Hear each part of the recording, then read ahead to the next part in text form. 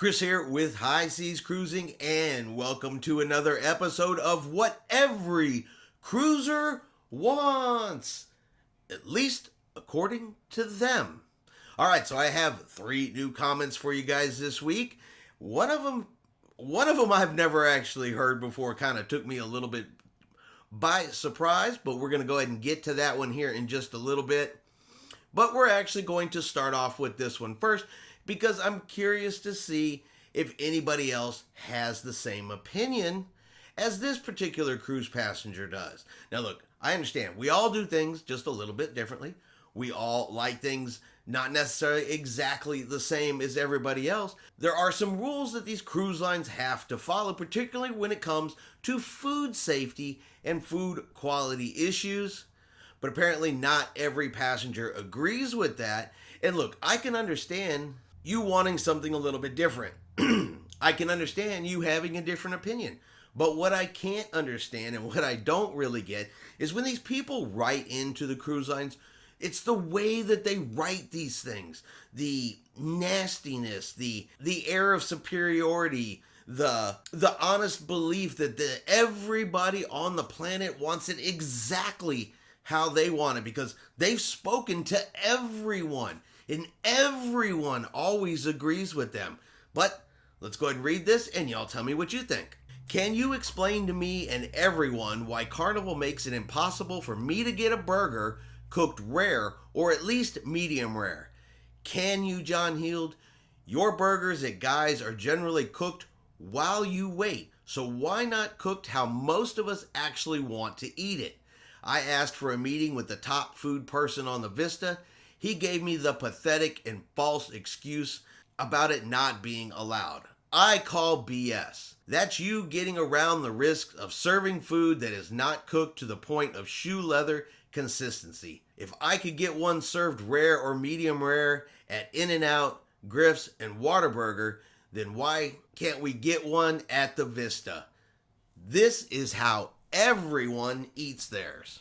Now, there are probably some people out there that like their burger rare, medium rare, well done. I've never had a problem with the burgers at Guy's personally. Love them. They taste great. One of my absolute favorite places to get a burger while I'm out at sea. I do kind of question the validity, though, that you can go over to a fast food restaurant, which is what In-N-Out and Whataburger is. Being how I am from Texas and we have Whataburger right down the road here from us, I'm almost positive, and I say almost, that I can't just simply walk into the Whataburger and go, hey, give me a number 1 with cheese and make that sucker rare, and that's what they're going to do for us. And I'm not so sure that happens, because they also have quality control and cooking requirements because they are a fast food restaurant. But I could be wrong. Maybe they will, but I don't know. Well, like I said, the line that always gets me, this is how everyone eats it. Well, I read the comments that went along with this here over on John Heald's website, and it turns out that while some people do, it is not everyone.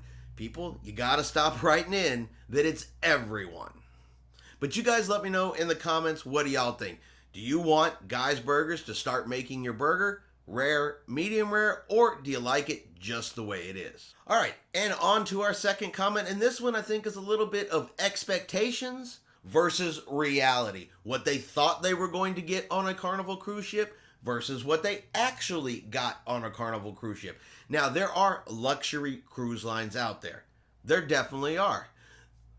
Okay, not every cruise line is created equal, and I think this comment kind of points that out to us, but let's take a look. First time on a Carnival cruise. DW and I were on Carnival Mardi Gras. Astonished to see no tablecloths used. I expect the MDR to be equivalent to a fine dining experience on land.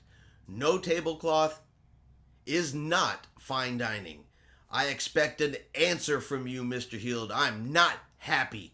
What is Carnival thinking? Bare tables do not scream luxury. They scream cheap.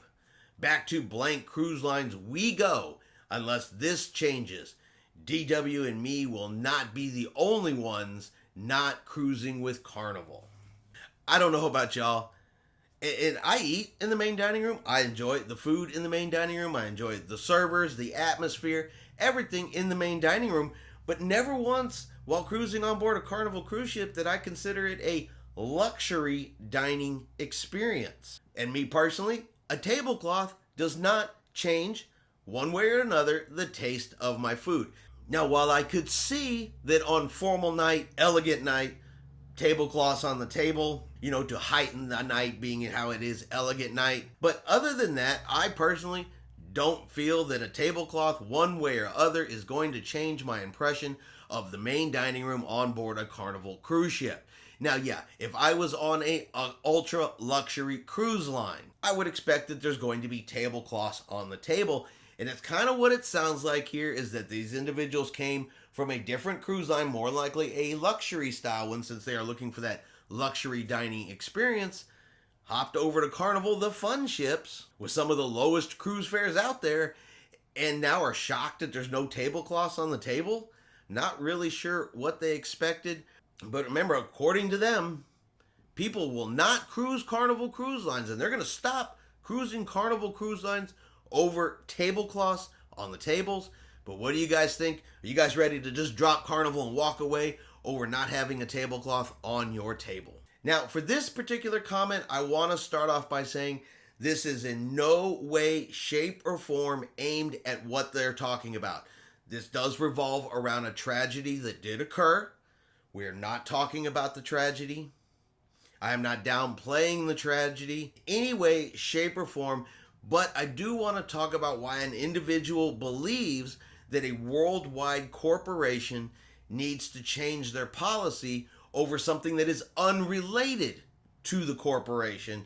And you'll see what I'm talking about when I read this comment. I just want to make sure everybody understands this is not me saying that the tragedy is unimportant, but I am saying what this particular passenger feels Carnival's response should be to the tragedy is just a little bit unrealistic. But let's take a look. I am so downhearted.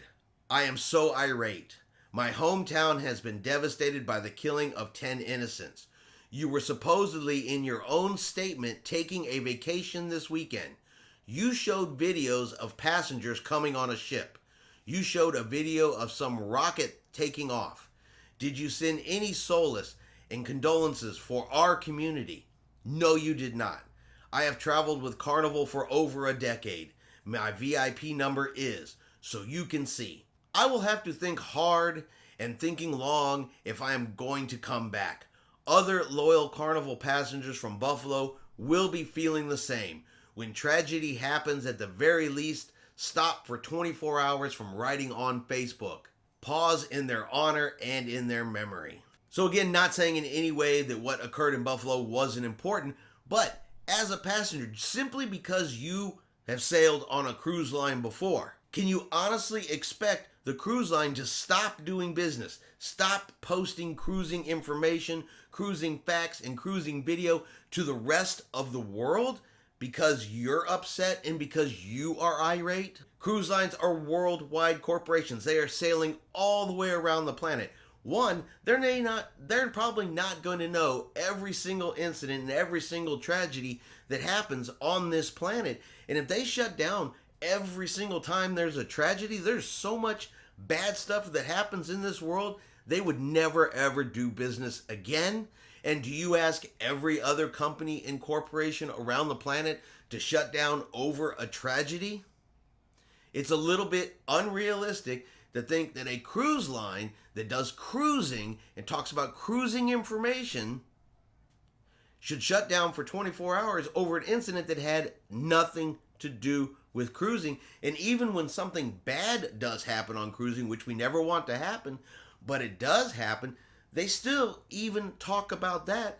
A good recent example is the Carnival Freedom's funnel caught fire, and it was making the news. The cruise lines were talking about it. The cruise passengers were talking about it. It was on social media. So even when something bad happens to the actual cruise lines, they don't even shut down. So I think it's unrealistic for cruise lines to shut down over something like this.